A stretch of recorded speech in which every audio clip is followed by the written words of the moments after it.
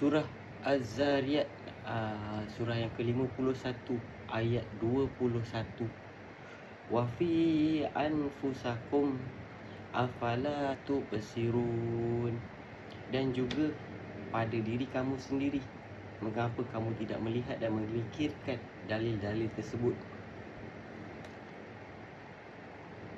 So,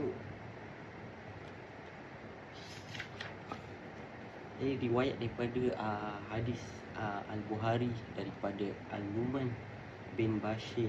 Di dalam tubuh manusia terdapat seketul daging. Jika ia elok, seluruh tubuhnya juga elok. Jika ia rosak, seluruh tubuhnya rosak. Teka apakah anggota tersebut.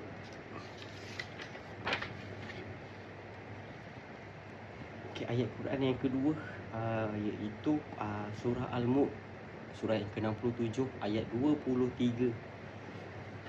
Qul huwallazi ansha'akum wa ja'ala lakum sam'a wal absara wal afidata qalilan ma tashkurun. Allah yang menciptakan kamu daripada tiada kepala, tiada apa-apa, dan mengadakan bagi kamu pendengaran dan penglihatan serta hati untuk kamu bersyukur, dan tetapi amatlah sedikit kamu bersyukur. Ayat Quran yang ketiga, surah Al-Infitar, surah yang ke-81 ayat 8.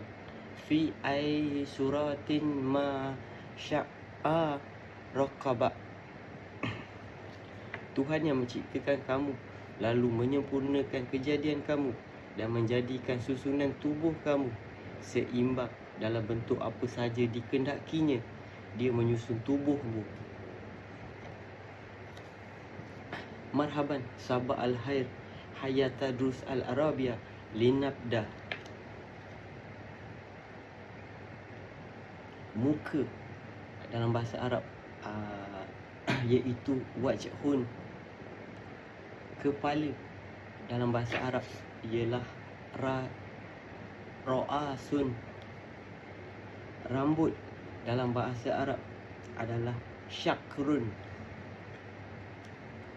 Ubun-ubun kepala dalam bahasa Arab adalah nasiyatun. Dahi dalam bahasa Arab jabhatun. Bulu kening dalam bahasa Arab ialah hajihun. Bulu mata dalam bahasa Arab ialah hubbun. Kelopak mata dalam bahasa Arab ialah jafanun. Mata dalam bahasa Arab ialah ainun. Hidung dalam bahasa Arab ialah anfun. Misai dalam bahasa Arab ialah syaribun. Bibir dalam bahasa Arab ialah syafatun. Mulut dalam bahasa Arab ialah fanun. Gigi dalam bahasa Arab ialah sinun. Lidah dalam bahasa Arab ialah lisanun. Telinga dalam bahasa Arab ialah uzunun. Cuping telinga dalam bahasa Arab ialah syamhatu uzuni.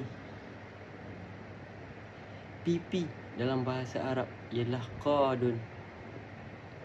Dagu dalam bahasa Arab ialah zakanun.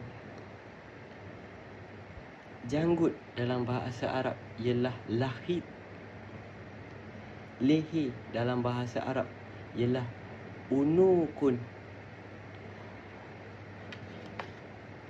Syukran ila liqa, ma'assalamah.